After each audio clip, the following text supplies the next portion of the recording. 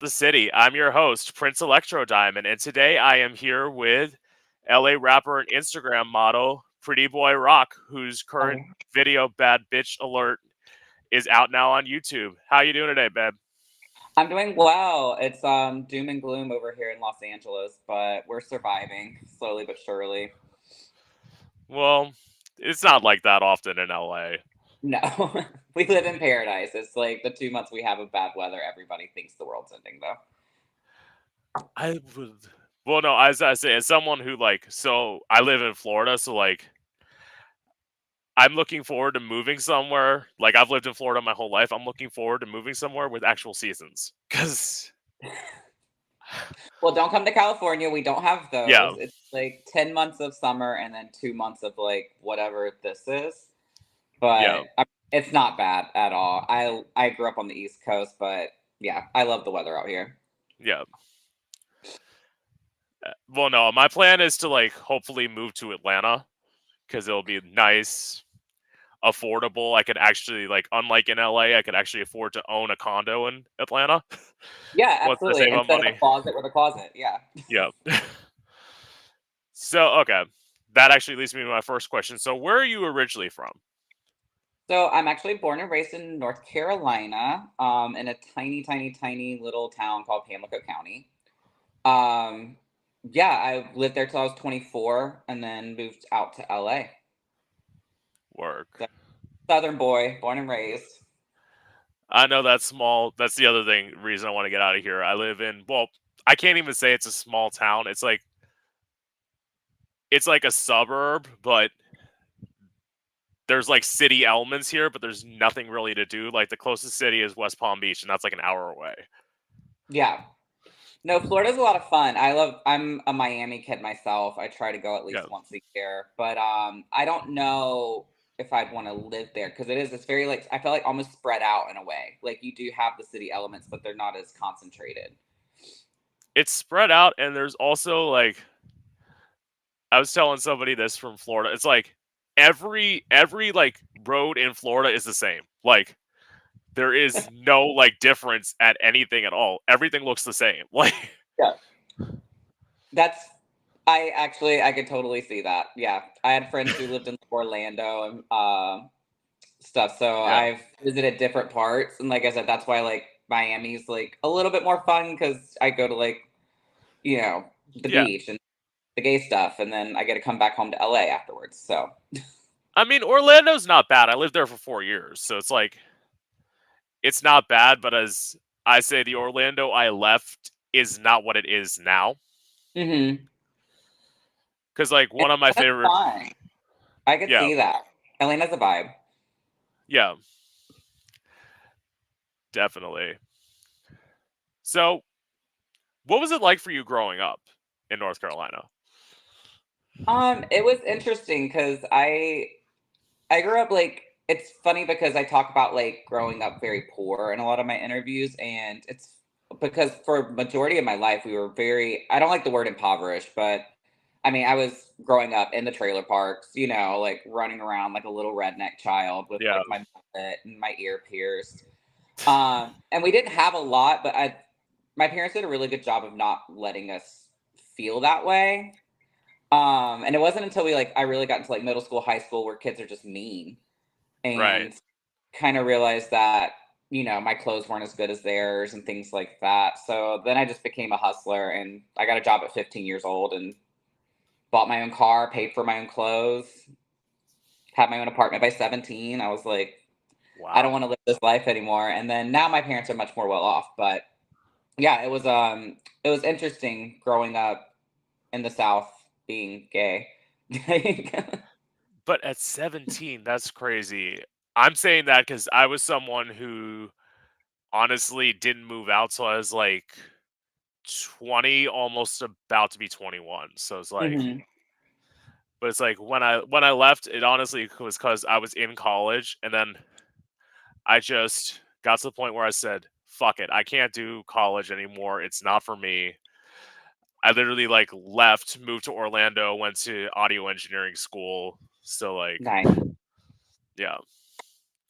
Yeah, So I same with me in college. I did 5 years of college and still don't have a degree. So I feel you on the college is not for everybody train. Yeah, right. So, what was it like for you coming out? I have a very interesting coming out story because I didn't really have a choice. I was kind of pushed out of the closet. So that job I was talking about that I got when I was 15, I didn't have my first boyfriend until I was 17 years old. And I was kind of like managing that location at the time. So I got him a job working with me so that way we could spend more time together. Right. So I scheduled him to close so we could like close the restaurant down, hang out, do what teenage boys do. And granted, this restaurant is 2 doors down from my parents' house, so we'll keep that in mind as well. So we were like closing down the restaurant, and I mean, we were just making out. It wasn't like we were doing anything too rated X. We were just kind of like, teenagers making out. And I like got that like overwhelming feeling someone was watching me. And I just like look over, and my stepmom's face is like pressed up against the glass. And she is just fuming. And yeah, so I of course had to let her in the restaurant. Um Joey, my boyfriend at the time, he like ran out the door. It was this whole big dramatic scene. And then my dad came home 3 days later because he was away. I believe it was like a missionary church event or something. I don't remember. I just remember he was out of town. And so she woke me up and she made me tell my dad what she caught me doing.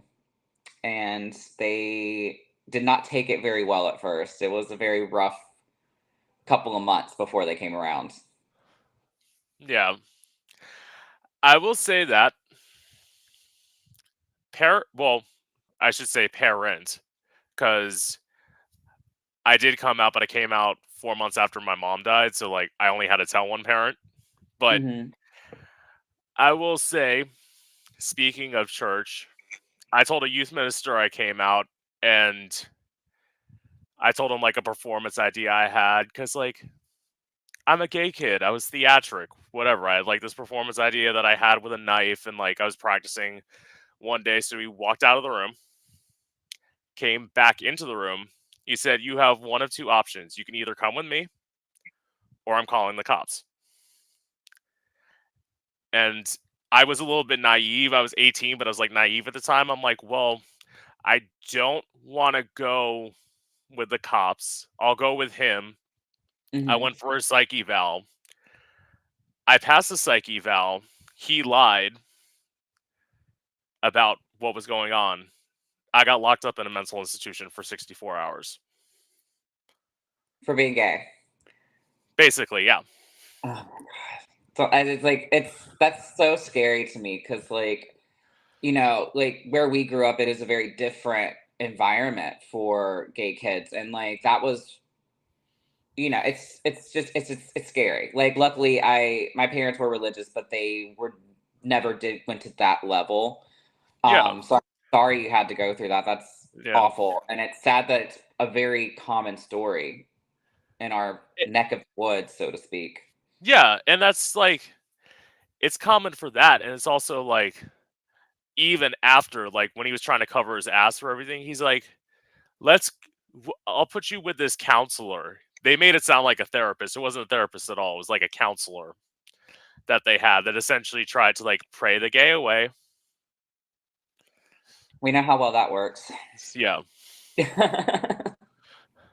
But I mean, I honestly say like all the shit that I've gone through, and like you probably know this as like a musician, like all the shit you go through is like just stuff you can write about, and it like allows you to tell people your story, and them in Mhm. some ways to be able to relate to your story. No, 100%. I think that and what's funny is like your journey as an artist, I felt like even when I first started doing music, I was so hesitant to really go to those like gay places because I was still kind of worried about like what's my family think about me? What does like the people back home think about me?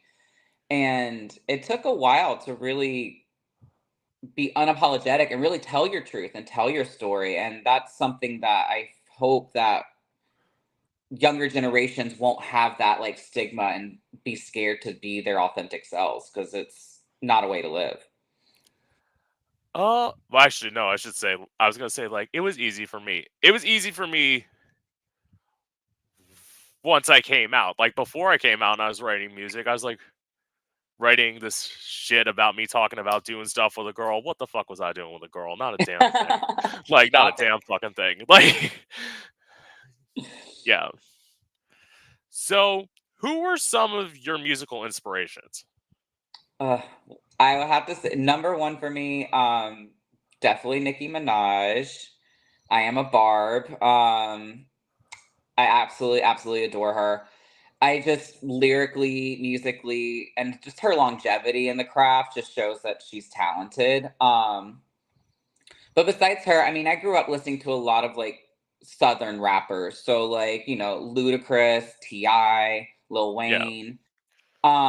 So I do feel like the Atlanta Southern hip hop influence is definitely like very resonant in like my sound and cadence and kind of where I come. Like I was the kid, even down to like the Spice Girls. I was the kid who was rapping the Spice Girls raps and like, yeah, Nicki Minaj came on Bottles Up. I was the kid rapping in the back seat. Like that was just like, yeah, it's always been females, I would say, more predominant as well. Like even down to Lil Kim, because I mean I grew up in that generation as well. Like Lady yeah, Marmalade, Notorious K.I.M. album. I had that poster with her like covering her boobs and like stuff. So yeah. yeah.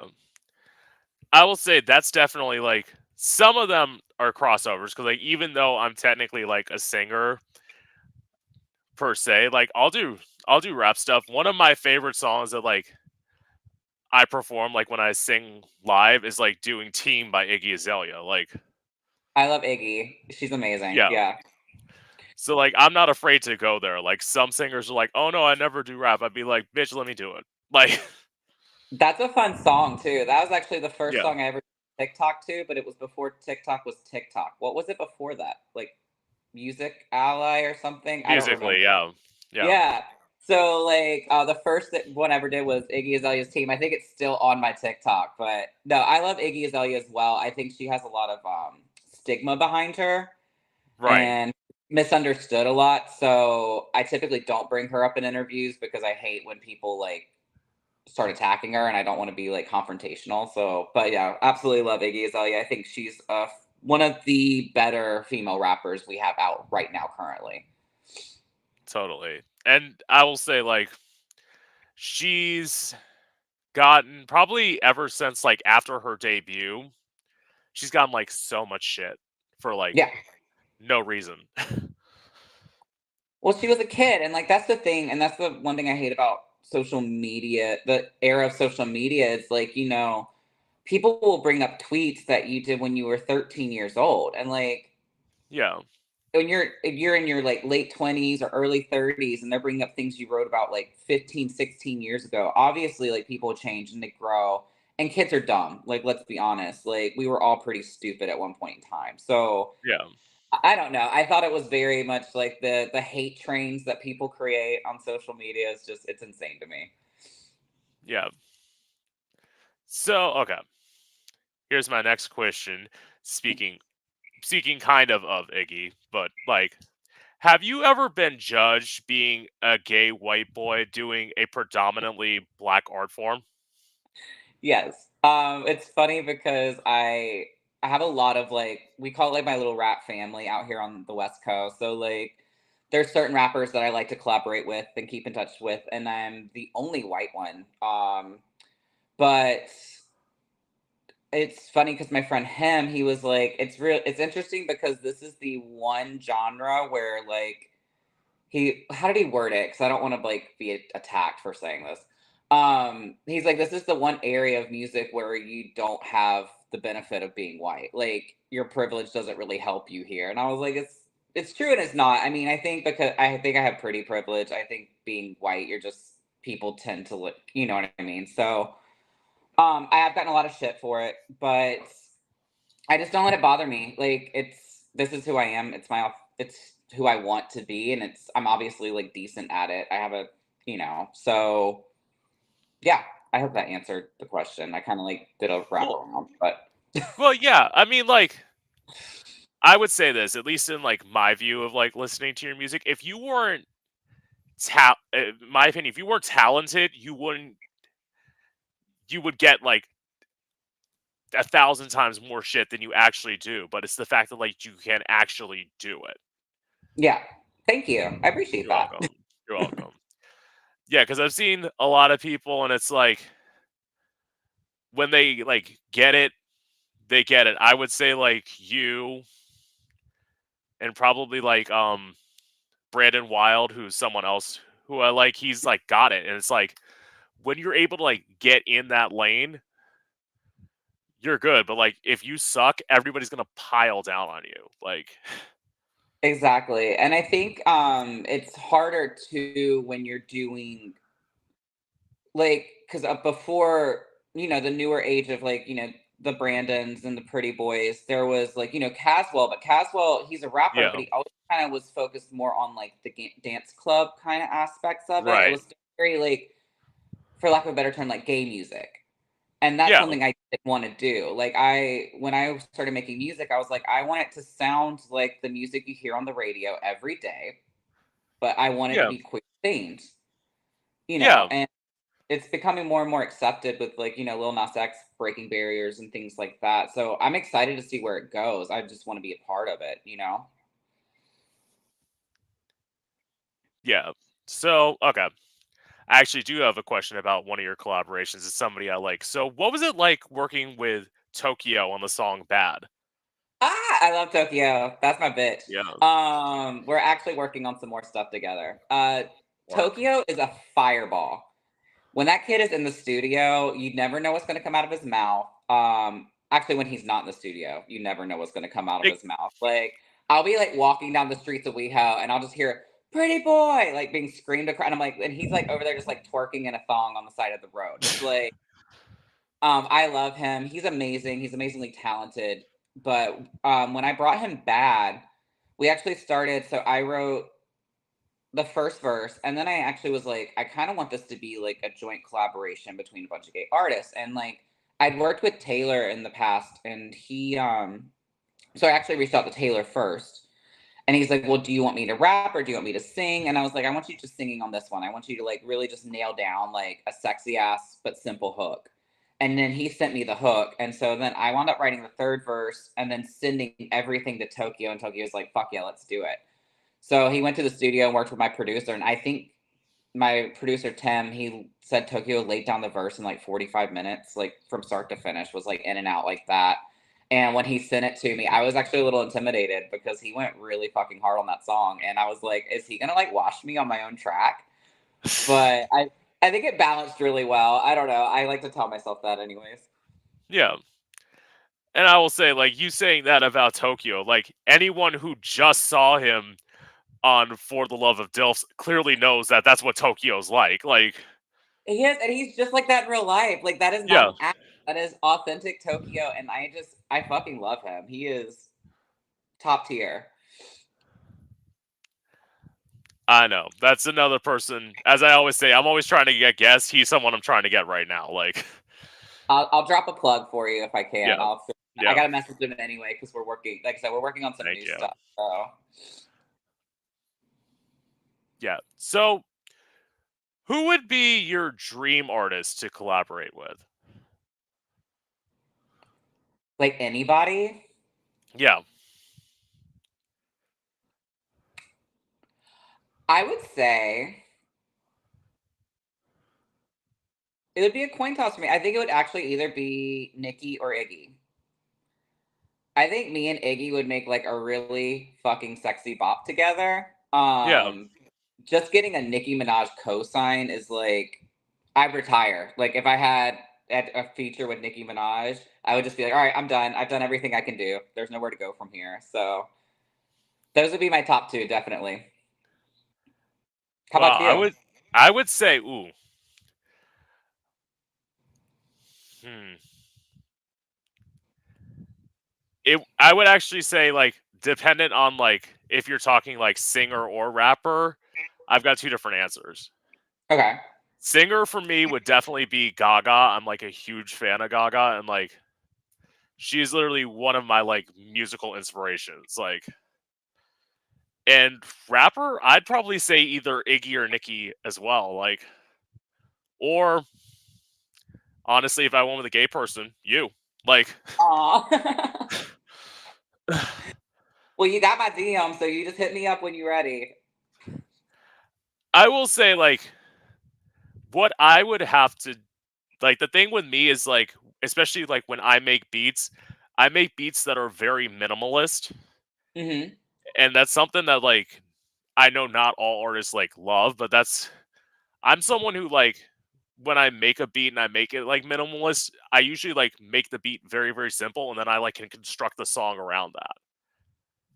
Yeah, and that's like if you're producing the track from start to finish, I think that's like a smart way to do it because honestly, if you're keeping the beat very minimal and then kind of building onto it as you like are recording and things like that, and like adding things in, it kind of creates a more fluid track. Whereas if you get a fully produced beat, which is a majority of time what you wind up with when you're, working with producers, they're sending you full stuff. It's kind of like there's already a vibe there and you kind of have to manipulate what you do into it, if that makes sense. Yeah, So I get that. I actually appreciate that approach. and it's just even, like, when I used to, like, back in audio engineering school, when I would make stuff, they're like, "That beat's so simple." I'm like, "Just watch." It's like, "Trust me, I may not have to add anything to this beat. You may just be hearing this one sound, but, like, once I, like, sit down and lay down lyrics, that's when it will all make sense." Hmm. And I think that's the beauty of art. It's that's something that is unique to like your craft, and like I think that's something you really have to like buckle down and stay with. If it's uniquely you. You Yeah. know what I mean? Although I will say what I did advise people against, like, something that I do is I don't think it's smart, like, mentally for you to do, like, emotionally or mentally for you to do this, was I had a beat where, like, it was, like, really, really sad, and I went, like, deep into my archives, and I I wasn't feeling sad when I started writing it, but then all of a sudden, I was, like, listening to it over and over and over again, and then, like, I just let stuff out, and, like, it felt good, but at the same time, I don't think that's something that, like, people should, like, do. I wouldn't recommend it. Yeah, I get that. I think but going to that place is something, it's hard, and it's something that you kind of have to do from time to time as artists because to me it's therapeutic. Like I've been working on essentially like a breakup track for about a year now. And it's one of those things like I'll start writing and it kind of gets me back to like that relationship. And I kind of have to like take a break, walk away, go write like a club banger, and then come back to it because it'll get you into that mindset. It's not, I don't want to say it's unhealthy because like I said, I think emotions are healthy, but staying there I think is bad. I think you kind of have to have a way to get back out of it after you're in it, if that makes sense. Yeah, I mean, it was also, like, as I say, like, I was going back, like, during my, depression years, like, because I was someone who was, like, as I say, I was depressed for a long time. I was depressed probably from, like, very, very young till the age of 26. So, like, as I say, the fact that I'm still alive here talking to you is, like, a miracle. Mhm. And that for me, and, like, a lot of it was because, and I don't know if you've experienced this, for the longest time, I didn't know who I was. And, like, I went through that, like, cycle of, it was before I found drag. I found drag at the age of 21, but it's like, I went through the phase of not knowing who I was, and then, like, finding drag and, like, finding out who I was and not being able to do it, like, every day kinda Mhm. fucks with my mind a little bit. I could see that. I mean, I think what's sad is like growing up. I mean, our generation growing up gay, like again, going back to what we were talking about earlier, is very different. Yeah. Like you aren't really yourself. And like even when you first come out, you're not really yourself because you're still, I feel like, facing a lot of the stigmas. And you're like, I remember kind of piggybacking off you, like saying you didn't really know who you were. I remember like working in restaurants and everybody knew I was gay. But I remember people be like, "Oh, I'm glad you don't act gay, or you're not like one of those like super flamboyant gays," and it like pushes you farther into your shell. And I Yeah. remember coming home from California after being out here a couple years, and I went back to that restaurant. I was like, talk to my regulars, and this one just he had this like really sly comment, and I know he didn't mean anything by it, but it was like, it was something along the lines of, "Oh, well, you got really gay since you moved out to California." And I was like, he's like, "Your voice has changed, this, that, and the other." I was like, "No, this is who I always was, but I wasn't allowed to be that person around you guys because you didn't allow me to be. You're pushing me back into the closet, and now it's just zero fucks to give." You know what I mean? It's like, now we're here. It's like, and I'm glad you were able to find your voice as well, because so many people don't, and that's why that self-harm rate is so high within our community, because these kids aren't finding their voice. They're not finding who they are. No, and it's actually you're saying self harm, but I'll add on to that suicide. It's why it's so high. It's like, I didn't know if you're allowed to say that word on Twitch, so I was like, well, let me put it this way. Somebody was like afraid to like. I want to either talk about like swearing. I'm like, well, I haven't gotten in trouble yet, and I say fuck all the time. So it's I don't know. Like, if I'm breaking the rules, Twitch hasn't told me, so I'm just gonna we'll keep find doing out, it. right? Well, between me and you, I'm like face of an angel, mouth of a sailor. So And it's because it's like, especially artists, I feel like artists just like say what's on their mind and they're like not afraid to say it. hmm And that's where like that's why when some people like occasionally like times where like I'm around families and I like have to be around kids, I have to be like I become that like quiet person who says nothing because I'm like I'm afraid I'll say the wrong thing. yeah, I try to. I've actually gotten very good at it, like being around my parents and like my grandparents, and not dropping f bombs every other sentence. But also, because I work in restaurants, I think also kind of helps, because there's that like, I have to have a certain level of professionalism, so I can't say like, "That's fucking great," or things like that. So it's like I have to kind of censor it at work. So I think that helps a little bit on my end. Yeah, I mean like I have to as well because like I have worked in restaurants before. I don't work at one now. I work at a call center. So it's like I have to like I'm the person who like you can swear at a call center. You just have to make sure like you're muted, and then you have to be like, what the fuck do I do now? Like, No, I can see that. Yeah, I mean, I've slipped up every now and then at work, but I try my hardest, I will say, not to offend the people. so like, do you still work in restaurants? Or are you like a full time I artist? I like to say I'm a part-time server, full-time performer. Unfortunately, LA is expensive, and Right. the music, as much as great as it is that we're in like the streaming era and it allows you to get your music out there.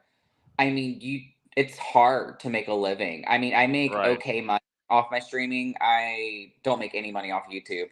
I think I make like $1 every like 3 months or something, because I'm not getting Wow. millions and millions of views. Um, but yeah, streaming, it's the amount of streaming you would have to do consistently to do that. It's not feasible. So yeah, I do still work in restaurants. I actually work in on the west side, valet in Venice. Venice. Venice is kind of like a rich. No, wait, no, it's not. Is Venice a rich It, area? I'm trying to think. it's a rich white people neighborhood. Yeah. Yeah. Yeah, Okay. that's why it's very lucrative. I don't have to work full time, which is great, because I can focus on like the music more now than I could before. Yeah, because that's one thing I will say. Like, especially doing this. Like someone asked me about music. They're like, "When are you gonna do music again?" I'm like, "Listen, I work a full-time job.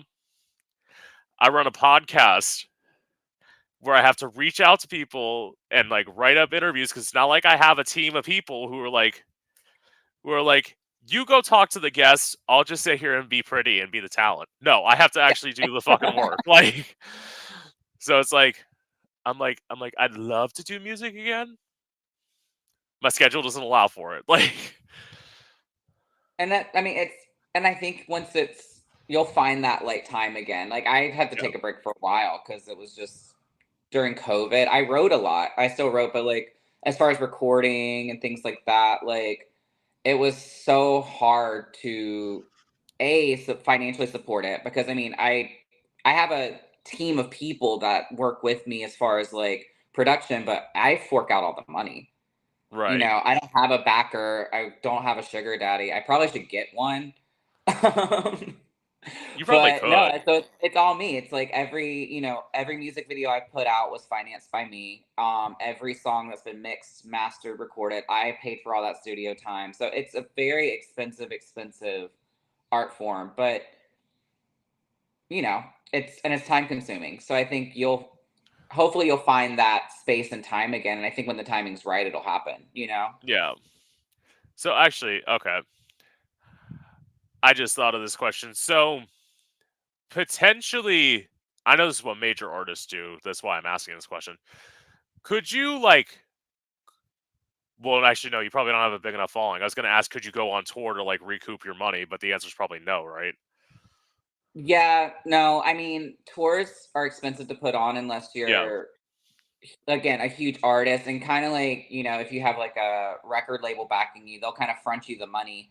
Because even when I do Pride tours, which Chanel and I are actually kind of working on this like Barbie Ken themed Pride tour, so we can kind of like split the sets, split the cost, that sort of thing.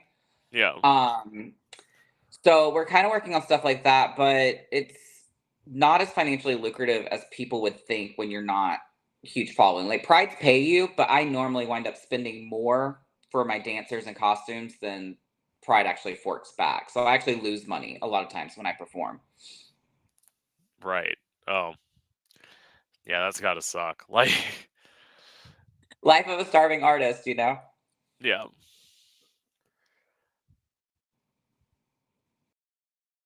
Where was that? Oh, okay. So, I mean, you kind of answered this question, but like, how involved are you in the production slash engineering of your music?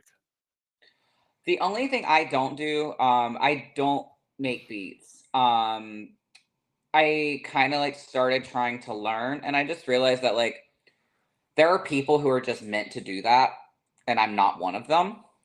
So Right. I have like 3 or 4 producers that I typically work with, and I'll like, I'll send out emails like, hey, this is kind of the vibe I'm looking for, and they'll send me like a beat package and then with like pricing and stuff. But other than that, like I lay down all my vocals, and then my producer Tim does all the mixing and mastering. But like I do 100% of my writing as far as music video goes. I do 100% of the storyboarding, 100%. It's like, so I'm like the mastermind, but I do have people that essentially work for me in the Right. other aspect. Yeah. But as far as the creative process, that's 100% me. Yeah. I always found it interesting, but it's also like I think about it like I've interviewed a rapper before who had a different like approach to you, but it's like I feel like the way you do things is like the way most rappers do things. It's like a lot of rappers don't make their own beats. They like have people like go out and make them for them and they just like go down and lay vocals. And then to me that's not like any more of like an invalid way of doing music. I've done it that way before myself, but it's like Mhm. there's just something about like I would say the like notion of like making a beat and then putting it out. It's like to me at that point it's like that's your baby. Like Yeah. you are so like emotionally attached to that that like you hope everybody likes it. That is the trick. But Yeah. yeah.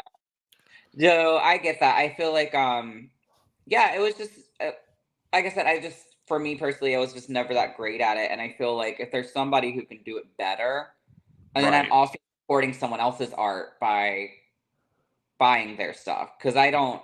It's very rare that I have a producer that'll give me a beat. I do have a couple that they're like, "Hey, I really want you on this track. Here are the stems. Can you use it?" and stuff like that. But for the most part, yeah, I do buy my beats from different beat makers and things like that. And I think a majority I mean, it's kind of how the music industry works for the mainstream artists, unless they're like a singer songwriter, like country art and things like that. Most, pop artists, most rappers do actually work with producers, and the producers make the beats, and then, we can accentuate it as we please. So, okay, this is just something. How much does it like typically cost for a beat? Um, Depending on who I work with, normally for like full like exclusive rights and with the stems and the track outs and things like that, it can go anywhere from 350. I've paid up to 800. Actually, the beat for Bad's one of the most expensive beats I ever paid for, but I was obsessed with that beat and I was like, it's mine, I have to have it. But Right.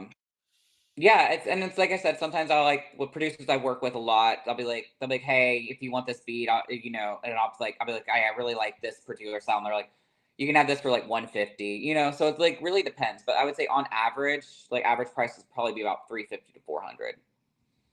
Wow, I can see where like the money goes. Like, Oh, out the window. yeah, Yeah.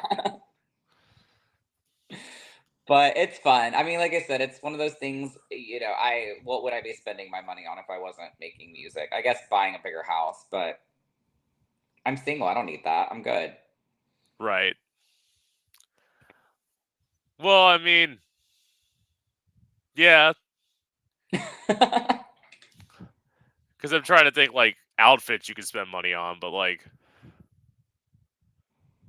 yeah, Yeah, I do like clothes. I do like jewelry, but I mean, like I said, my the job I have is pretty lucrative, so I'm able to kind of like.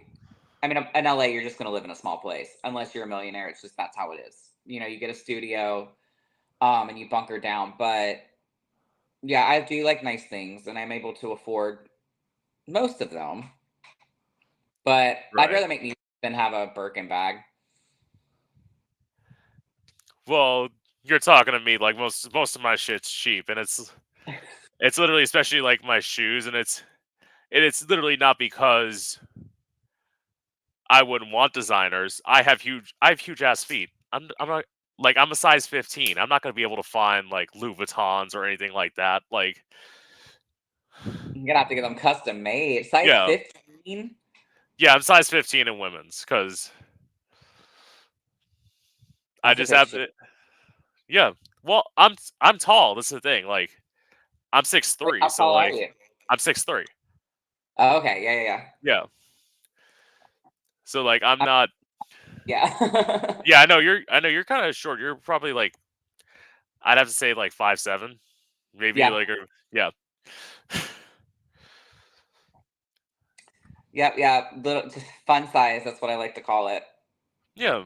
But again, that's most. Well, actually, no. I would say 5'7's tall, but like actually no, 5'7 is tall for like the entertainment industry. Like, That's true. That's true.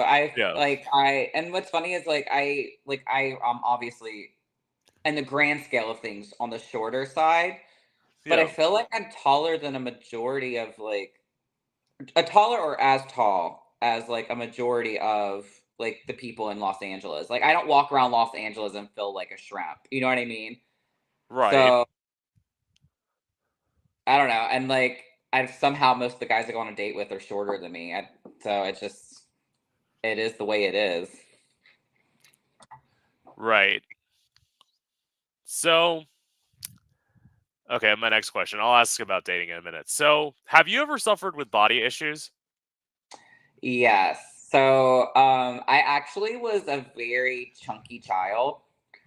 I tried to destroy all evidence, but it's still out there. There's still pictures. I was very over because my whole family we're very short and we're also very wide by nature. Right, Um, and so I was always kind of on the chunkier side. Like I remember in middle school was when it really started getting bad because I had this kid literally walked up and like poked my belly and did like the Pillsbury Doughboy sounds. right, And it was always like cruel and kids are mean and it's the nature of the beast. I don't know what it is about adolescence that makes you want to bully people. Um, Yeah. but yeah, I struggled with my body most of my life, and even when I kind of developed eating disorder in college, like I don't want to say to the point it was like anorexia or bulimia, but I'm about 160 pounds now. In college, I got down to like 103 pounds. Like I was a walking little Wow. skeleton. Like I had no body shape. You could like see my spinal column. It was like, and I still felt Ooh. fat. I was still like, you still look at yourself in the mirror and you don't see what everybody else sees. You see like that little ounce of fat that you can't get rid of or things like that. And so that was one thing I'm like, I'm blessed in the fact that I've just kind of like said, fuck it. I can't, if I tried to look like an Andrew Christian model 24/7, I could not have fun. I'd be eating like, I love food. I love Yeah. a good cocktail. So if I got a little extra something around the midsection sometimes, it's fine. I slim down for photo shoots and video shoots, and then I instantly like go order $30 worth of Wingstop. like, Right. that's it's fine. You got to live a little. I mean, But yeah, that's totally something that I get. It's like being the fact that like I am a bigger person, like I get that that unrealistic like image of yourself. Like I at one point thought I'm like, oh, I should be 150, 160. I'm like, bitch, and then I had to go like, bitch, you've never been 160 in your life. Like, you're also 6'3". That's like yeah, way too tall. yeah. It's like that's why at some point when I started like wearing bodysuits and drag, because I didn't do it for the longest time, because I was like, oh, you have to be thin to do that. You have to be thin. You have to do this, and then I think it was like right after COVID. I basically said like, fuck it. Hmm. Like, I'm gonna like embrace my body the way it is. I'm gonna try and change it. I still do. Like, you talk about I love food too, but I'm one of those people who like I diet. Like, Yeah. I hardly eat. I try to eat like as little as possible, but there are some days, like especially I get towards like the weekend where I'm like, you have been starving yourself this whole week. You can have a whole fucking pizza. Like, you're not gonna like die. Like, Well, and it's also like it's really important to because I have those friends who are obviously like walking models, and they some of them just are naturally have a high metabolism and things like that. I don't. My metabolism's like a snail. It's non-existent.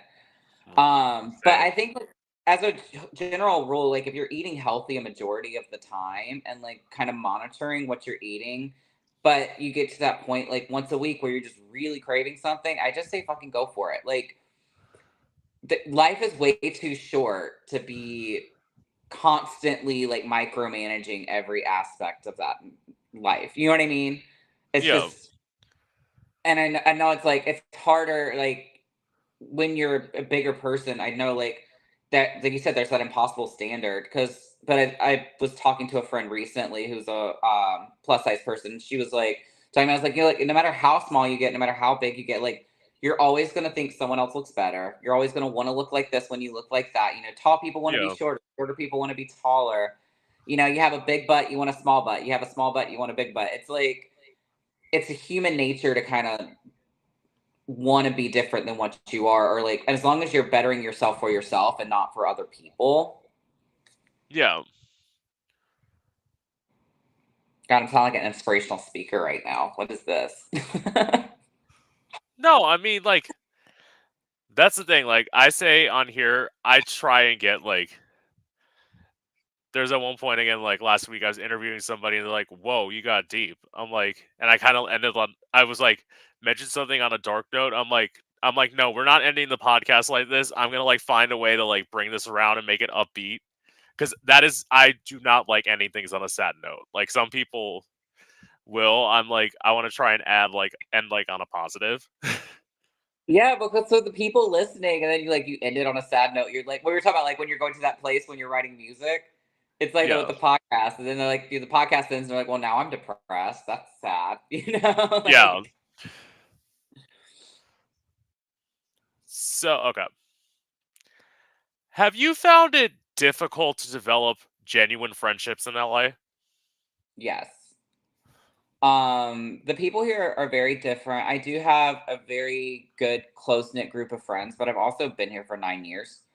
Right. Um, so I have like my ride or dies, and then like I said, I have my little rap family. Um, but for the most part, LA, and the way I try to like explain it, like everyone in LA is here for a reason. Most people move here because they're in the industry or this or that and the other. So it becomes almost second nature to want to like use people, if that makes sense. Like Right. everybody's out for themselves here. It's a very selfish city. And that's not everyone, but I would say a majority of people. So you kind of have to be very careful with who you trust and who you give your time and energy to, because people out here will drain you of your energy and take what they can from you. And then once they don't need you anymore, they just throw you to the side. It's like, it's a very interesting city. Right. I will say that, like, literally, well, okay. I did ask that question to the first person I interviewed from LA. I didn't ask it that nicely. I asked it in kind of a shady way. They like laughed about it, but I asked them if they had like real friends. And they're like two. Yeah.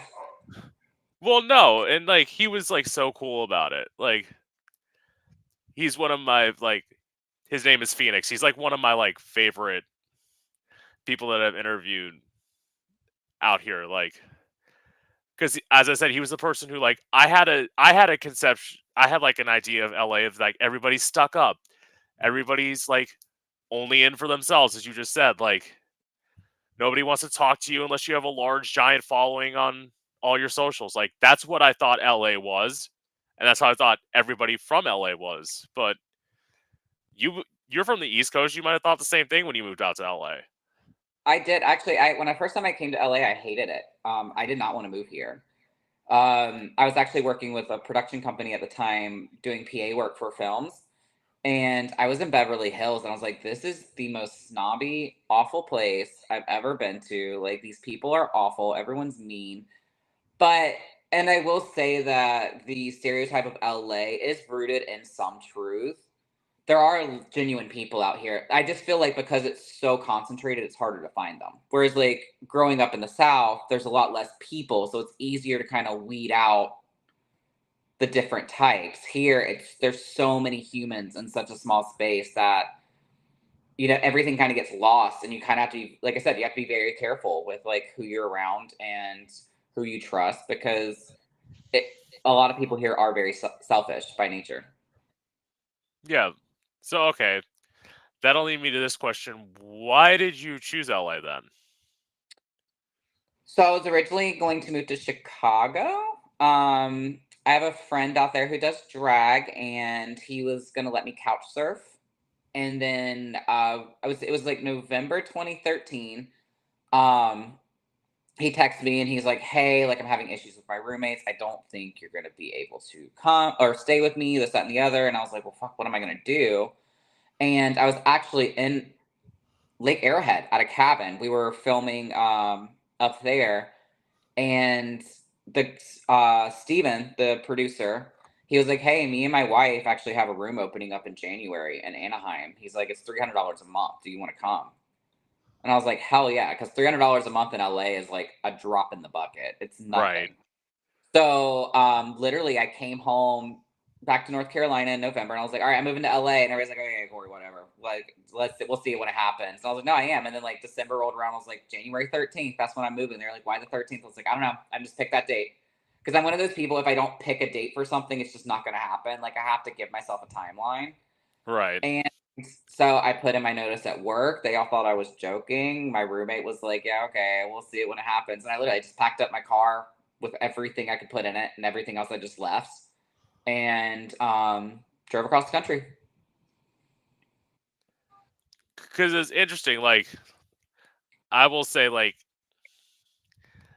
LA, I am like more open to moving to LA now because I was originally not one of those people. I was like, if my two choices were like Atlanta or New York City, New York's but I know amazing. I I love the way New York looks. I've only been there once. I want to go back, but it's like I'm like, if you move to New York, I literally told myself like I'm like, if you move to New York, you're gonna have to live in Brooklyn. You're gonna like be in like this like small apartment and like you're gonna be paying way too much money for it. Like Well, I will say Brooklyn's gotten better.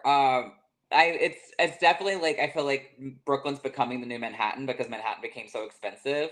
yeah. And so now everybody's moving to Brooklyn, which is dropping the rent now in Manhattan. It's interesting, but I would say Atlanta, you'll probably get the best value of the Yeah. house. Um, I don't know. There's a magic to New York that LA doesn't have. I will say that as an East Coast kid, New York City, I would move there in a heartbeat if like something happened, like music wise or stuff. Like my PR company's out there. So if they were Yeah. like, hey, we could really like if we got you out here, we could really start pushing this, you know what I mean? I would Yeah. definitely to New York City. Not anytime soon because I literally just signed a new lease Yeah. yesterday. But for a slightly bigger shoebox than what I was living in before. Yeah. I mean, I would totally get that. And like the thing is, now through like doing this podcast, I know people in both LA and New York. Like so that's whereas like I have interviewed nobody from Atlanta, so it'd be like a whole new experience like moving there and like not knowing anybody. But Yeah, and it's oh sorry, go ahead. yeah, but it's like I did that in Orlando because like essentially like my sister lived in like a suburb of Orlando, but like I live downtown. Like I lived in downtown in you're not gonna believe how much I paid living in LA. You're not gonna believe this. So I lived in a 1 bedroom apartment that was 700 square feet, and I paid $700 a month. Like, I would love to have 700 square feet for $700. but okay, but I will state on top of that I lived in the hood, but like, Girl, in the hood, out. It's like in LA, like no matter where you are. That was funny because like I've recently been apartment hunting, and now the big thing is finding somewhere rent controlled. So that's what I've been doing for the past year is finding. I was like, I need to find something that's not like gonna fall apart, but is also rent controlled. So if I'm gonna pay this much in rent, at least I don't have to worry about it like increasing astronomically every time my lease is up. So, but yeah, even here now, I would say I was looking in like some of the rougher parts of LA and studios that are like 400 square feet are still like 14, 1500 a month. It's wow. crazy. Yeah. I'm paying a little bit more than that now, but I live in like a nicer part of the town, and like I said, I got a rent controlled building, so Okay, so you're someone who like, so you said you have a studio, which means you're like living by yourself, which I don't think there's anything wrong with that. I've never had roommates. Like the idea of me having roommates, I would say especially now because it's like I want to get like a 2 bedroom place, but like I literally want the second bedroom to be like a podcast studio slash like my drag closet. yeah. Cause like I'm living at home, like my wigs are in one room and then like my costumes and like shoes are in another room. So it's like I'd like to be able to put everything in one place. Like Yeah, it's hard to find that out here. If you could because like what's funny is like two bedrooms aren't that much more than one bedrooms out here. That's what's yeah. crazy. So like a lot of people do find roommates. I had roommates in college and it was fine. I lived with my ex for a while and that was interesting. But for me personally, in my current journey, I wanted to find a space that was mine and 100% mine. And I could, decorate it how I want to and have it exactly how I want it to be and not have to worry about like anyone else's input. Right. And also in theory it's easier to get dick to your place when you live by yourself. That part. Because when you have roommates, that's it's a little bit harder to get that Yeah. Uber with a penis. Right. Okay, I didn't write that, but I'll ask that. So what type of guys are you into? What type of guys are you into? Um, honestly, it's interesting because like if you look at like the guys I've dated before, I'm all over the map. But I don't know, I typically like guys who are bigger than me.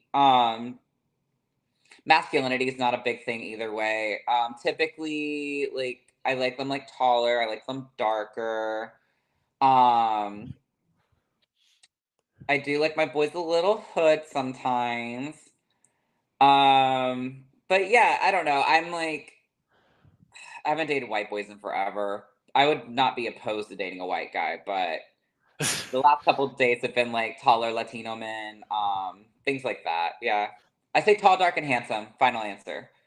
Yeah, girl, you don't gotta tell me that. Like, Latinos and black guys are mostly like who, like I've got like, as I said, I'm a thicker bitch. I've got a fat ass.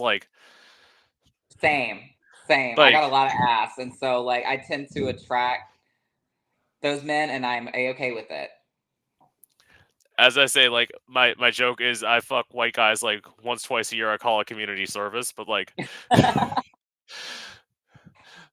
White boys just be falling in love too quickly. I feel like whenever I'm like date a white guy and then like if we hook up, it's like instantly like they're like addicted or like attached. I'm just like, whoa, whoa, whoa, like what's going on? Like I want to be the one that's needy, like not the other way around.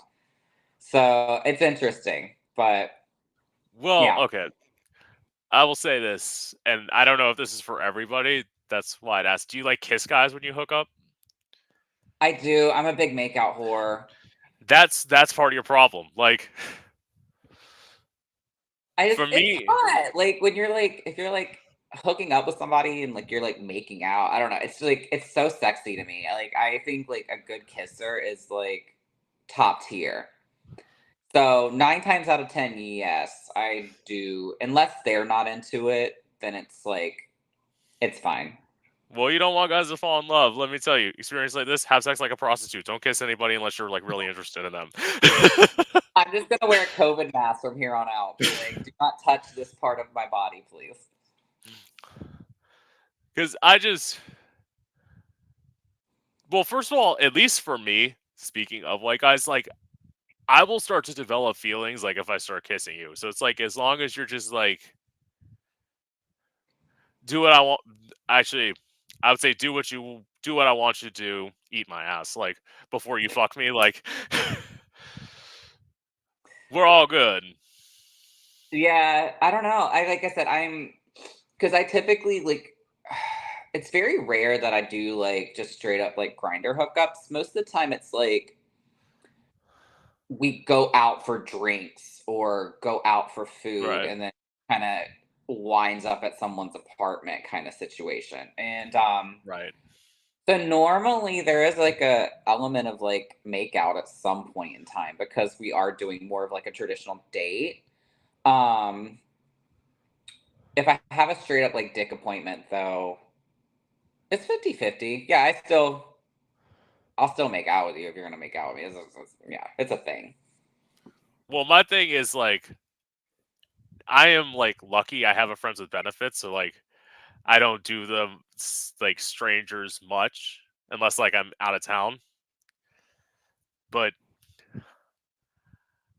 I kind of like it. Having a friends with benefits is great because it's like whenever I have time, I try and see if he has time, and then like if he can, because like he lives at home, but like he has a separate entrance to where his bedroom is, so that's why like I usually go over there because like Mhm. he could just like invite me in and I could like sneak into his bedroom, and I kind of like that.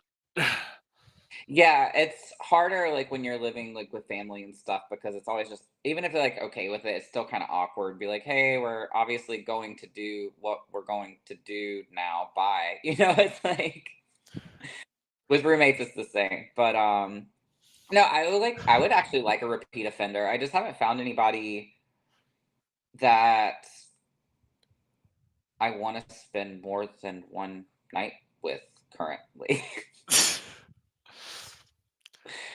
It's just not been there yet. I don't know. I like I said, I have I got out of a really long relationship, so I'm kind of just like exploring now and kind of figuring out like what I want and what I like. Because when you're in a relationship, it's very much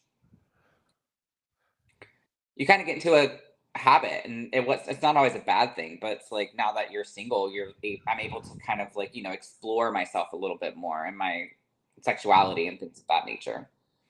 Yeah, I mean, I get that. I've only been in like two relationships. One of them was like, as you said, like a year. It was it was my first relationship, and now looking back on it, I see like the signs so much. Hmm. Like at the time, so okay. My ex is trans. I did not find that out until after they moved their shit out of my place. Like they left a note with a key in the door basically telling me that, and I had asked. Like I'd asked like, are you transitioning? Like, do you feel that you need to be transitioning? And I never got an answer. Or no, I got an answer of like, no, no, no. And then all of a sudden, just that one day, I'm like, right, everything makes sense. You moved in 7 months into the relationship. You pretty much cut me off from sex entirely. That's why, like, I looked at it like there was one time that I remember at the time he was there, and I was like, I want to have sex. I need you to leave.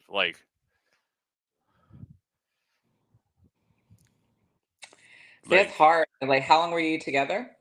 we were together a year. Yeah, I feel like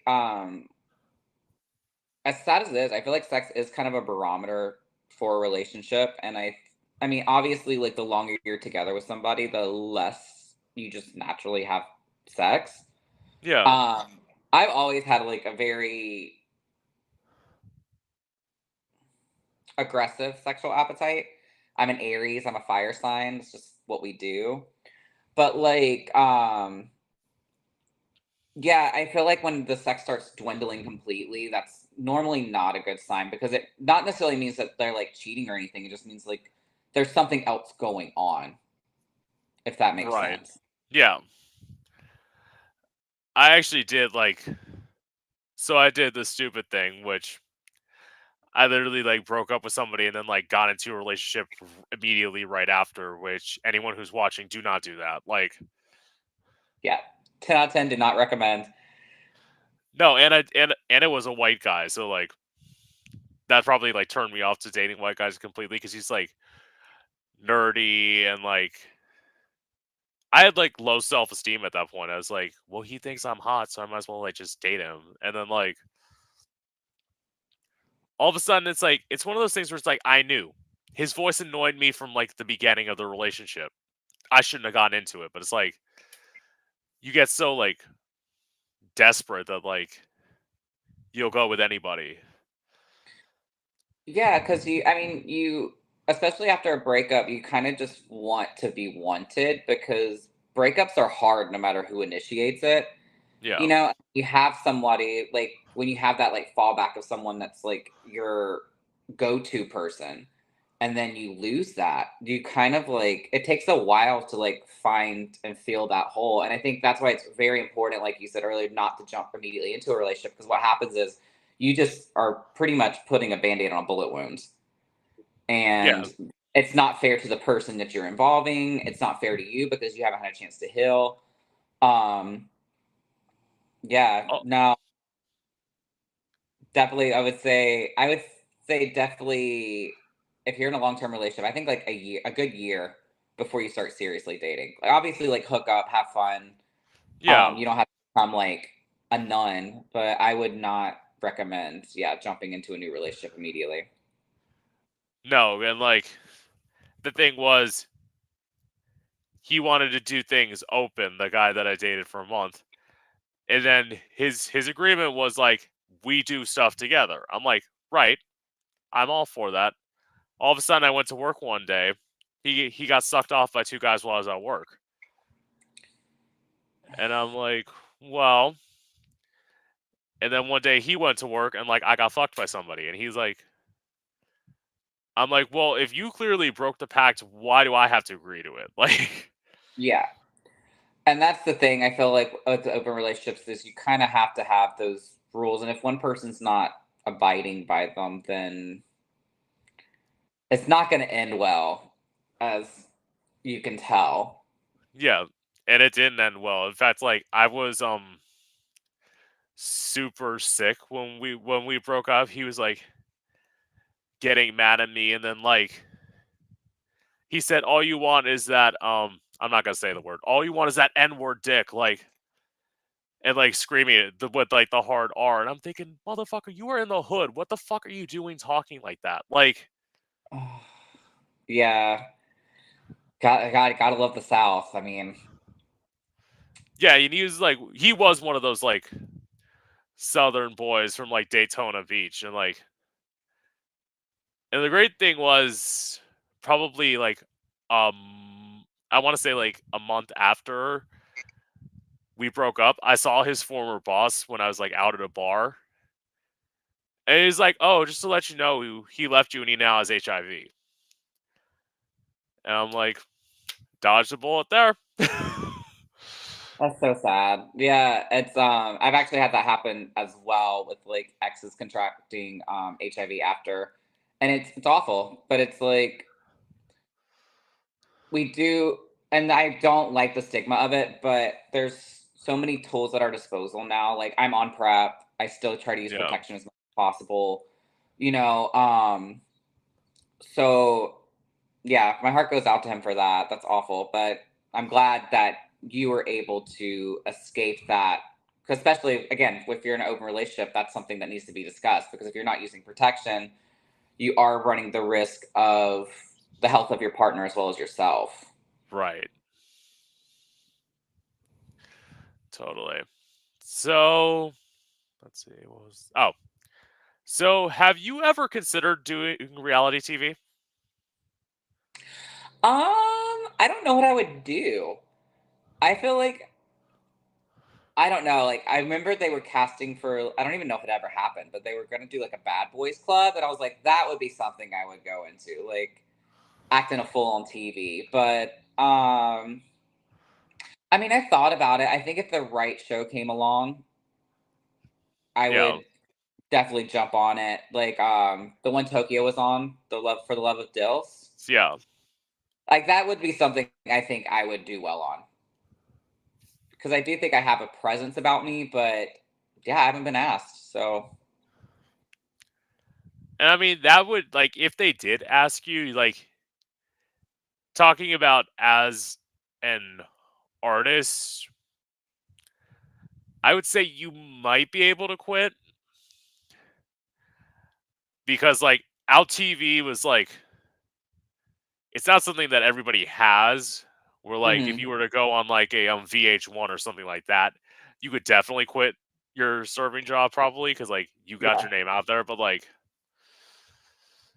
you might still have to hustle if you did it. Yeah, and honestly, I like working. I feel like it keeps me grounded and humble. You know what I mean? Like I have worked in restaurants my whole life and I enjoy an aspect of it. Obviously, like if something takes off and I become like super successful and I don't need to, I'd probably just I don't know, maybe I just go in and work like 1 day a week just to say I still work. But if you're an artist and like that is your work, like True. And it is a full-time job.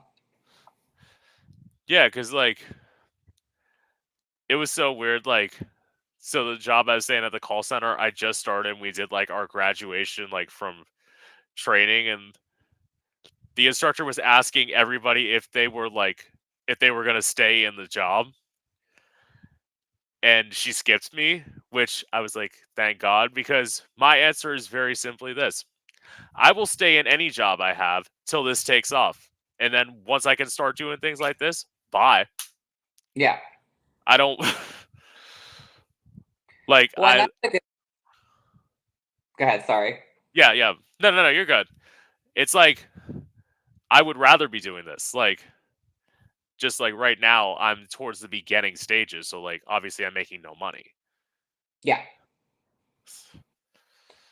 Well, I would love to say it gets better, but it takes a while.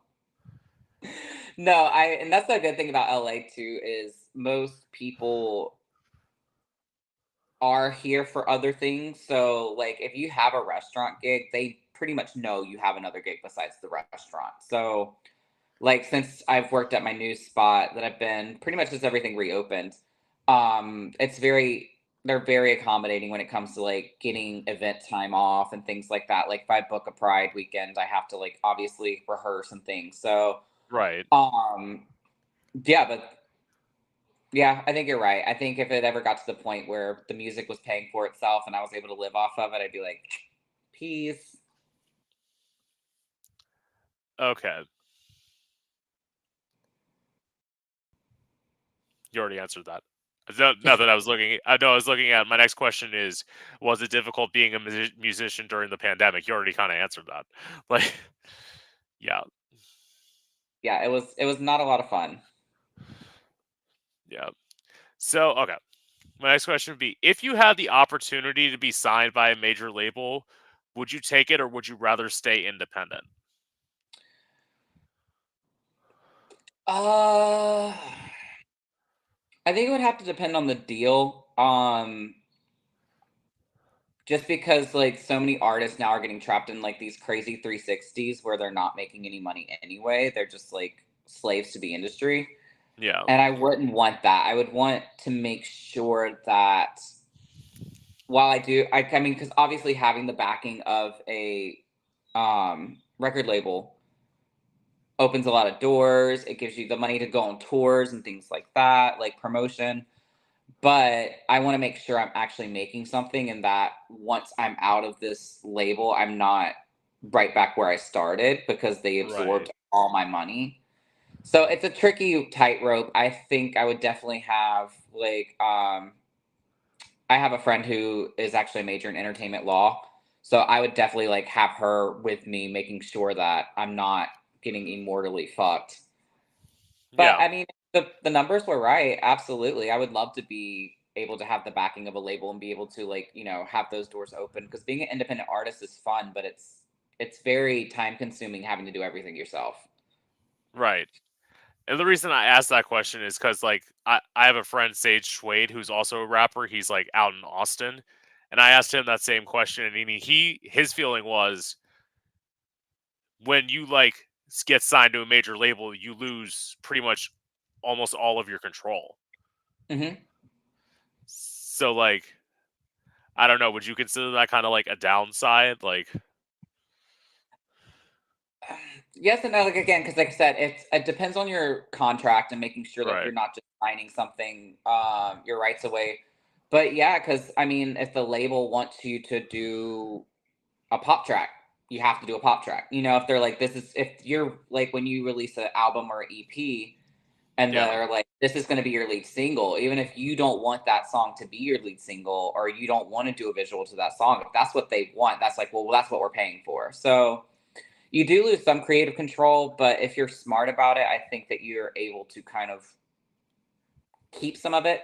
But most artists, they get signed and they get these huge like signing bonuses and things like that, and they just see the numbers and they're like, "Oh fuck, I gotta sign this contract." Like they're gonna give me $250,000, and they don't realize that it's an investment, and you're gonna have to pay that Yeah. back to Money. get, Yeah. or they'll just shelve you. And then if they shelve you and you don't fulfill your contract, you can't release music. You're just stuck. Yeah. It's a good thing that you, like, know that because, like, I would say, had I gotten signed when I started trying to pursue music at, like, 16, 17, I wouldn't have known that, where, like, as now, if I tried to, it'd be like, "Well, yeah, you're right, you're gonna have to, like, owe them money, Hmm. and they're not gonna, like, love you making all your own music. Like, they're gonna want you working with producers because that's just a way for you to owe them more money." Exactly. Because I actually will say, like, at one point, probably, like, speaking of Atlanta, like, I tried to move to Atlanta one time before. I was, like, in talks with, like, this independent like music label that like as like I started hearing more and more things, I could tell it was a scam. Mm.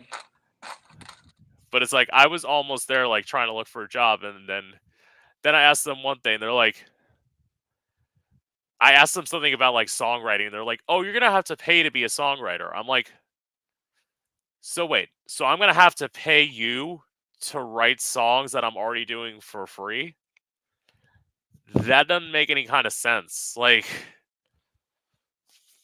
Yeah, there's a lot of scams out there, and there's a lot of labels that even talent agencies. I mean, I've been approached by a couple different people who are just like, oh, well, they'll like sign me on as like, they're my talent agency for like this area. But then like, there was one that was like, oh, well, we get 10%. I was like, you'll get 10% of like things you book for me, but I'm not giving you 10% of the stuff I do for myself. And I just refused. I was like, I'm not paying you for stuff I do on my own. And they didn't right, really push too much for me in that sense. They would like send me this random stuff, and I'm like, okay, you're using pictures from like 5 years ago. You're obviously not, you know what I mean? So it's hard, and you have to be very smart, and you have to be very careful, and that's why it's good to have people who know the industry around you, and b just having people in your corner. Period. right. I will say I'm fortunate, like in the way like they did get money out of me, but I think they got at most like $500, and like to some people that's a lot of money, but it's like there are people who get like they get $7,000 in the hole, like just trying to Mm. like make music. So like if you follow a scam and like only get out with $500, I think that's not that bad. You did, yeah. It definitely could have been a lot worse.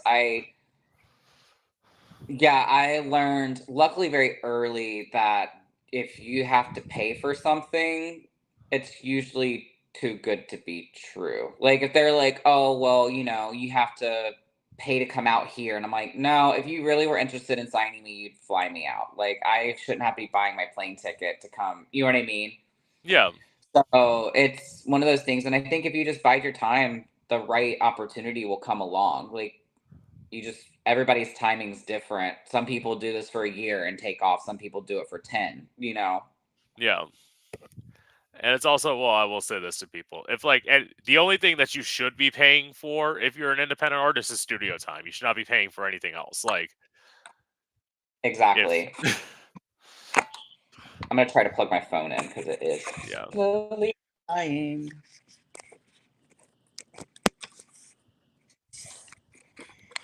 Okay, perfect. Now let's see if it'll stay up. Okay, we'll see if that works. All right. So, okay. I'm I think I'm almost done. So, would you ever consider getting plastic surgery? I might have already had some. I Really? mean, it's LA. We all kind of get things done. So the answer is Well, yes. Huh? well, I will say this. Okay. And I don't know, maybe if it's like me just not noticing. I haven't noticed anything. Well, my So it face is means fine. I will say that. The oh, only okay. thing I've ever done to my face, I've done Botox before, and I've also I had fillers in my lips once, and I hated it. I thought it looked awful. So yeah, anything else I've done has just been pretty much body wise. So yeah. So what he's saying is his ass isn't real. No, no, I'm kidding. Oh, Well, it's technically mine. I just like to say we just rearranged the furniture and we put everything in the living room. right. So yeah, after last year, it's fine. I'm so transparent because again, as someone who like grew up with like body issues, like I think it's like people who lie about getting stuff done is just crazy. Yeah. But after my breakup last year, I did go to Miami and I did get my ass done and my waist snatched. So yeah, I mean, that's it no, though. nothing wrong with it. Like, No, it's something like I've always kind of wanted anyway, and then obviously I didn't go crazy. Like people obviously are like, "Oh, you have a big butt," but it's not like I'm not walking around looking like, a Fashion Nova model. Um, but yeah, it was something I've been wanting for a while, and then it was kind of like just do it. I'm one of those people. If there's something you want, and obviously I don't want people going in debt, so if you can afford it, why not? Well, okay. Did you need to do your hips and did you do them? I Like to did make it not. look I did not do my hips. I didn't really need to. I already had a big butt. Yeah. It was more of like a shaping, so they just kind of like rounded it out more and put a little bit more up top. And then Okay. hmm? Yeah, yeah. And then I'm just listening. Yeah. yeah, and then of course, like when because they're taking the fat from your waist, it makes everything look bigger already because you're pulling in your waist and expanding your butt at the same time. I was wondering if that existed cuz like I would say other than lipo, that would be the one thing that I would change. Not that like so as I said, I do have a big ass, but like my ass is kind of like wide, it's not round. So like if I were to do something, I might change that, but like other than that, like I'm lucky. My face hasn't aged much. I don't plan on losing too much weight so that way like the wrinkles won't start to show cuz Hmm. that was my first thought. I'm like, you need to start losing weight. You need to start losing weight. And it's like, no, you want to lose some weight, but you don't want to lose enough to where like you start losing fat in your face because that will keep the It wrinkles from does coming age in. you. Yeah, and that's funny. It's like that's I feel like as I've like gained weight, not that like I'm big, but when I'm like at a fuller weight, I feel like I do look more youthful in my face. Whereas when I do like sometimes slim down for like video shoots or music videos, that 10 pounds off my face, like it changes everything. So it's luckily makeup's a savior as well. So that can help as making you look very like youthful if you know how to do Yeah. it correctly. Yeah. Because hold on. I'm trying to do the math in my head. So you said you were 17 in 2013? How old was I in 2013? No, I was definitely older than 17 in 2013. I moved out here at 24 and that was in 2014. Oh, okay. Okay, good. I'm not gonna say that you're older than me. I'm not gonna tell you how much. Like, Just a little bit. I just keep yeah. telling people I'm like I'm still 22 in my brain, so Well, my thing is like, as long as you can pull off an age, you're good. Because like my grinder profile still says I'm 25. I'm not. I'm clearly not 25. But like, I haven't aged much since then. So like, I think mine says 29. Or maybe I just stopped showing my age. It was one of the two. Well, it's like I meet people all the time, and they're like, I tell them how old I am, and they're always like, "Are you serious? Like, you don't look, in the age that I am." I'm not going to say it out loud, but so I feel like as long as you take care of yourself, and I mean, I'm obviously not going out in the sun and tanning every day and things like that. Like, you can maintain a youth about you, oh and I yeah, think for me personally, I think I look better now than I did in my 20s. So some yeah. people age gracefully. I think I've done a okay job. Well, first of all, you said you don't go out in the sun. Like, I literally don't go outside ever. Like, I like hate going outside. Maybe that is because I live in Florida, but it's like after like 10 a.m., it's like all of a sudden 90 degrees, and I'm like, I'm good. I'm gonna stay my ass inside. I don't want to sweat. Like, No, I mean I don't mind like the wet hot, but it's like yeah, it's just not worth it for me. I'd rather stay youthful and spray tan. Like whenever I have a shoot, it's like I go and I get like oranged up in a booth. and call it a day, and then I go right back to being very, very pale right afterwards, and I'm okay with You that. you do? Maybe Yeah, you just started. Maybe you just started doing it on like your newer videos because like I looked at some of your older ones and you look pretty much the same as you did now. yeah, my younger videos, I definitely look more white. But no, like with yeah, with Bad Bitch Alert, I did a spray tan beforehand. Um, what was the one before that? I don't even remember. But it's all a blur. Oh, Pony. We shot Pony because we shot 2 in 3 days. We shot Pony in PBR at the same location. We did like a 3 day shoot and we shot 2 music videos. It was insane. But I think I spray tan before that too. Yeah, again, nothing wrong with that. I prefer to stay looking white and young. Um, There you go. but no, you said okay. So I haven't done the exact age, but I know around what age you said, and it's like no, you look like you're my age. Like What's your so age? you God, you gonna make me say it? Okay, Goddamn, fine, I'll do it. I'm 28. yeah, you're young. Yeah, Well, thank you. I'll take 28. yeah. That's good. I'll change my grinder profile after we get off here. Because like, well, obviously you know on Grinder, there's people who are like no older than 25. It's like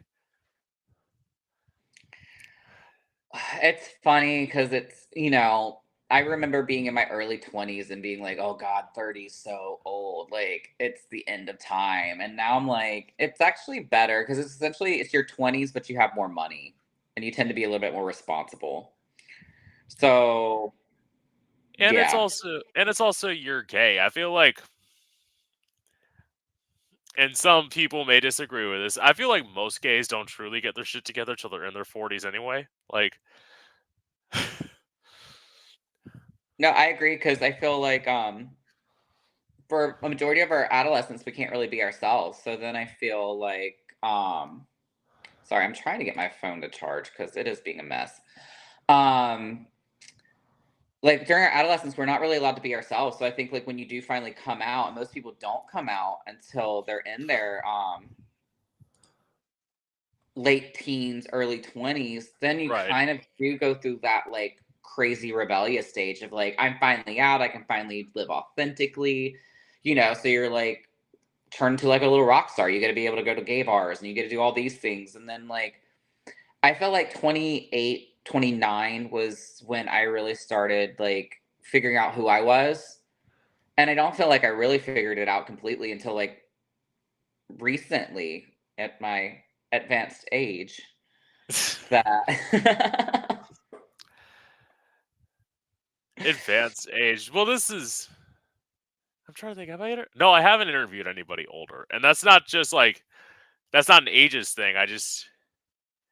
I think I have one with somebody I'm working with. I think he's older. He's in the Netherlands. okay. Yeah, so like that's the thing. That's what I love about like doing this versus like having to go into a studio. It's like I could do stuff internationally. Although the downside of it is I would rather meet people in person. Like that's just I'm that kind of person, but you got to do what you got to do. Exactly. Well, it's funny because like this is the most interviewing I've done for in a while. Like when we did because I've used the PR company I use, I haven't used them since 2018. And just because honestly I couldn't afford it. Yeah.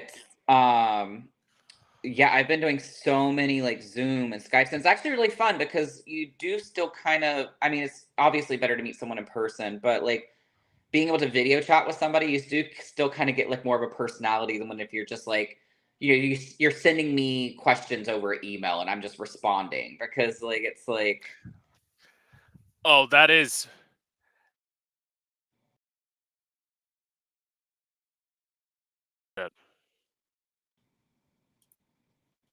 uh Okay, no, that was weird. We both cut out on that one. Like, I was like, what happened? I don't know. Anyway, like, okay, getting back to your point, I am just like, you're using a PR firm.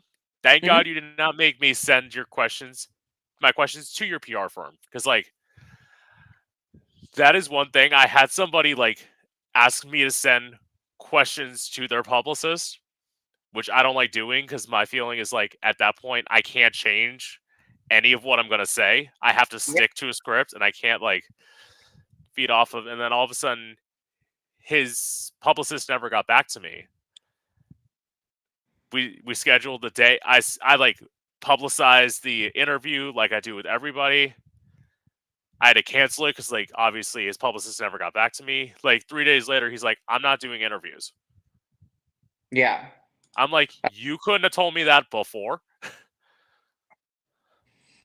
Shady. But were they from LA? Yes. And it all comes full circle. Let me stop in case they're watching. But no, I mean the thing is with my PR firm, like they get me things, but like we're not like exclusive into like if I'm doing an interview, they're not my management, you know what I Yeah. mean? So that doesn't make sense unless they were worried that you would be asking questions that they wouldn't want to answer. Well, okay. I will say one thing is he's never publicly come out from what I have understood. Although Okay. he had like a hint in one of his videos that he might be gay, and I had what he might say, the gall to ask him if he was gay. If you are like putting something in your video where you're like pretend sucking a penis statue, I have the right to ask you if you're gay or if you're bi. Yeah. Well, and you also have the right not to answer. Like if you're doing an Yeah. interview with somebody, and I've had that, like when people have asked questions that I didn't feel comfortable answering, I was just like, I'm no comment. You know, it's like Yeah. you're just as much in control of the interview as the interviewer. Yeah. Like I'm pretty much an open book. There's very few things you could ask me that I would be like, except my age. But Yeah. other than that, like I have no problem. Like I feel like it's obviously, and you look at my music and what I write about, I'm pretty much, yeah, you pretty much have seen everything, know everything if you've watched the video. So And that's how musicians are. Well, at least how I feel. It's like I have like okay. No, I'm not gonna tell you that. So like I have one question that I ask everybody. I'm not gonna tell you guys the last question I have. But it's like never mind. I'll talk about that when we get to that question. We're almost there. okay. So Yeah, I'm so at 9% and it's not charging. I don't want to lose you. okay. So I'll do these quick then. Have you ever considered making an OnlyFans? Yes. I have so many requests for nudes on in my DMs on Instagram that I have actually joked with my friend about it. The one who actually records my music videos. He's like, "Well, if you really want to make videos, I guess I can help you." Um, I don't know. Because I obviously don't have any shame anymore. So I think that would be like the last thing that I would be like hesitant for like my parents to find out about, Right. you know? But as far as like having posting news and having people pay a subscription to see them, sure. I don't know if I would do like full blown like penetrative Jesus. Penetrative, is that the word? Sex? Penetrative. Yeah, Yeah, I got you. I don't know if I would be penetrated on camera. I don't know if that would be a thing, but I would. I mean, yeah, I'd probably do like a Iggy Azalea OnlyFans, where it's like I just post like really sexy naked photos and maybe some videos. I don't know. Stay tuned. We'll find out. Okay. And then finally, okay. This is the question I talk about. Last question. What's the biggest misconception about you? I think before people get to know me, I typically come off very standoffish and bitchy. I get told a lot that like my like my face. I don't know if I have like resting bitch face Right. or if it's just like, it's just like a persona. But like usually when people meet me and they actually like get to know me, and like, artists, when I work with them in the studio, they're like, I just thought you were going to be like this like mean diva-esque, like blah, blah, blah. And I'm not. I'm like still a Southern kid at heart. I feel like I'm very down to earth and very humble. So personally, I think that's probably the biggest misconception people get is people think I'm an asshole and I'm not. Which I will say this, like, before you said yes, I probably thought that about you, but it's like, as I say, like, anyone who's like is willing to say yes to me, with me being like so unknown at the point I'm at now, they can't be that mean. Like, Well, yeah, like the thing is too, it's like this is again, it's good for both of us because it we had a really good conversation. There was a lot that like I don't get to do in like normal interviews that people get to now watch and see. And we really did touch on some really fun subjects. But yeah, that's not who I am. Like I'm not yeah, an LA clout chaser. I'm not like even when I collaborate with artists, it's like I don't look at their following before I collaborate with them. right, I look at talent, and I feel that's what more people should be doing instead of being so concerned with like followers and things like that. Like yeah, it's about creating something more so than, yeah, making something. I mean, viral is viral, but there's no longevity in it. right. I will say this: I know of at least one person you gained from doing this, because I know it's somebody like I look to see like when I'm like doing research on people like who like my mutuals are, and it's Hmm. somebody who I'm like it's some like mom who's like a mom of one of my friends who's from around here, and I'm like, there's no way that she would know who you are unless I mentioned it. Like, it's one of those things where it's like I totally know. Like, so I Well, no, mean, that's what's fun. And like I said, I'm house sitting a puppy today. Like I don't have, yeah, you know what I mean. And like I'm not. That's the thing too. I wanted to make sure I had the time to give you too because I didn't want to like get on here and be like, all right, I got 20 minutes, then we got to go. So yeah, and I am so grateful for that because like as I said, as I told you before, like we started, we've already gone over an hour, but like that's because like I will say like you talked and like I can't shut up, so like. well, luckily I'm not But drinking. Otherwise, this would be like a 4-hour Twitch. We would just be here all night because I will not shut up once I get alcohol in me. But I know like I do have the idea in my head of like getting these like these two people like doing an interview with two people. I don't know if I could do it, but I want to try. And there are two people that like I've already done 2.5 hour interviews with. And I'm like, okay, so like if you put them together plus me, that's gonna be a 5 hour interview. Who's gonna actually watch this? you would almost have to like have like a time moderator in the background, be like, "All right, next question. All right, next question." Like it's hard. I did with my friend Nita. She's a drag queen out here in Palm. She's actually in Palm Springs now, but we did a couple years ago during COVID. We did a shots slash like promotion interview thing, and it was a lot of fun. But it was me, her, and her friend, and we were like on a three-way Skype and like playing drinking games and answering like ridiculous questions. So it's possible. Just make sure you're prepared. But I'm also like when in terms of like letting people answer, I'm someone who like I don't want to like cut someone off because like if they're going to like an interesting point, I'm like I'm gonna let them go because like I probably will have something to comment on with them there. Hmm. And like I am not someone as okay for any of the Drag Race fans out there. I am not Selena S titties, as you can see. Like I actually let people finish their answers. Like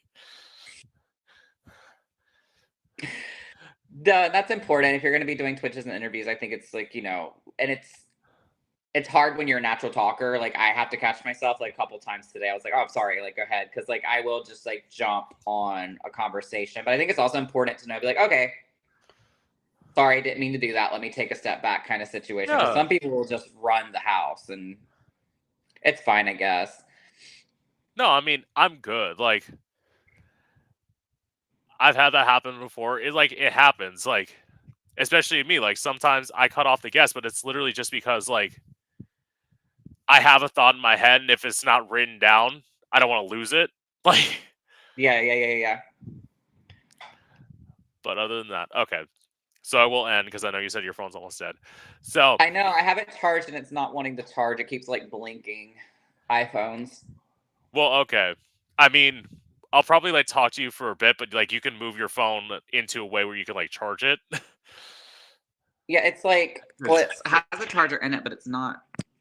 Like, I don't think the charger is working, and it's not my charger. Oh boy.